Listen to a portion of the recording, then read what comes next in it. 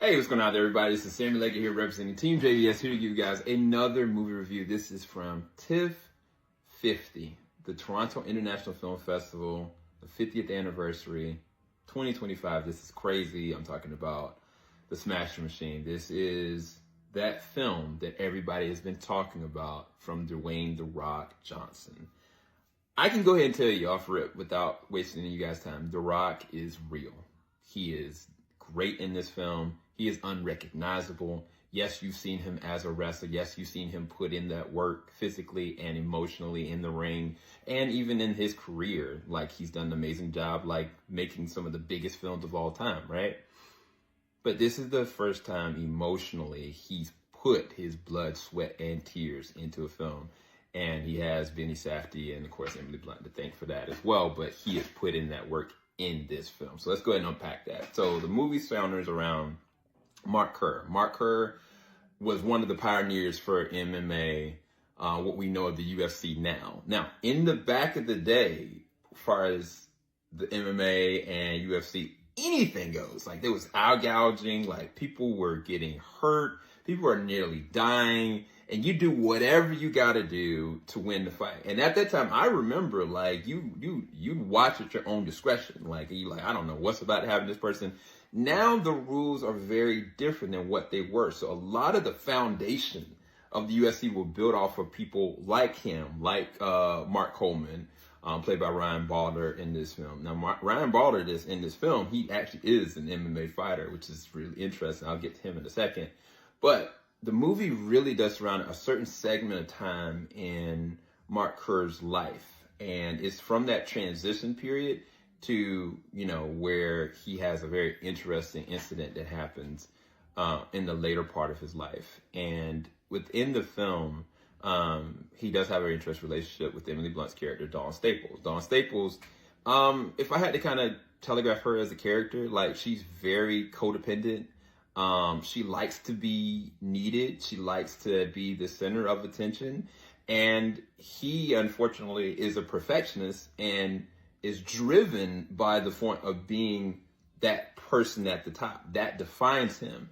And when a relationship like that kind of clashes with somebody needing to be independent and somebody needing to be more than what they are, with a loss or a gain, what does that do? And that's where you get some of the most rawest, craziest, emotional, like, drama and, dare I say, like, toxicity from a relationship that I've seen in quite some time from movies. And it's interesting. It's a very interesting counterbalance. And I think that Dwayne "The Rock" Johnson and Emily Blunt, they have great chemistry. They trust each other with every single scene they're in. Like, you feel them completely vulnerable, and at the same time, you feel like they love each other as friends. Like, yeah, I feel that connection from them. A lot of those scenes are really hard to see because there's addictions going on, there's self-infliction going on, there's abusive tendencies going on, there's verbal abuse going on, and a lot of that is very much so baked in, you know, Mark's story.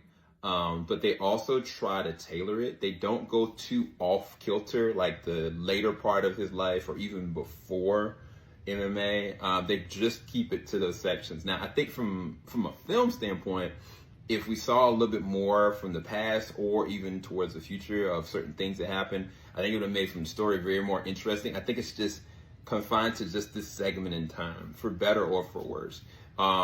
I think that there are certain moments with Emily Blunt's character, Dawn, that I kind of feel like she is kind of like pushed as kind of like the antagonist at times. I didn't necessarily like that. I don't think it was intentional, but that's what it kind of felt like. I felt that truly the relationship Dwayne "The Rock" Johnson's character and Ryan Bader's character, who's Mark Coleman, is the crux of this. Like, I love their relationship. Like, I feel for their relationship because they also are competing against each other, working towards each other, like seeing each other for the best and worst times. And it's always been an unconditional kind of relationship.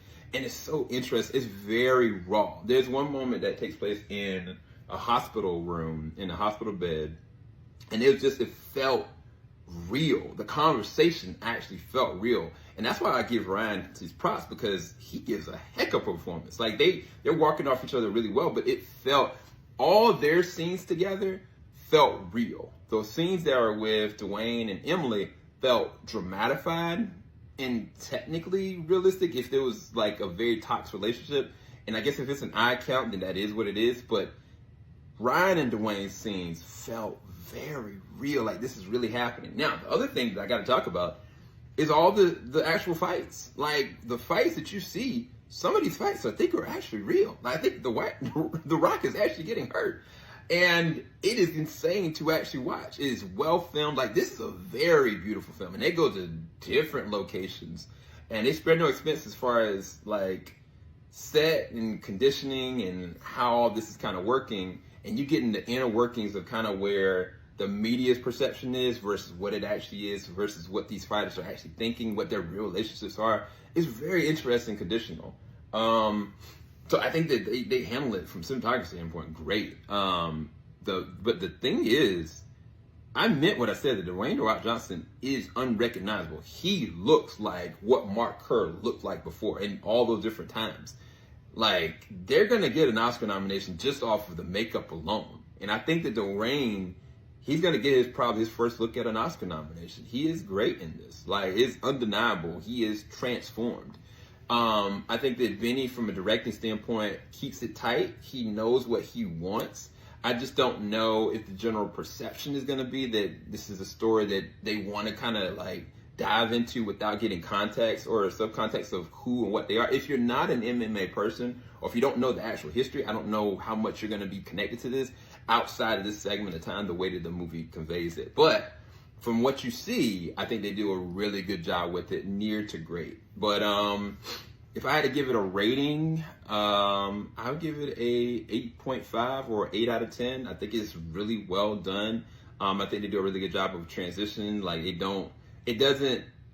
there are moments that are really harsh and gut-wrenching and emotional, but I think that they don't go off kilter when it comes to the pacing. I think that there's certain moments that do drag, and I kind of wish it was a little bit tighter at times, but it doesn't take away from the film, I think, as a whole. But it's available right now. Go and check out The Smash Machine. Let me know what your thoughts are in seeing what history of the making is for The Rock yet again. I'll talk to you guys soon. Thank you guys so much for watching.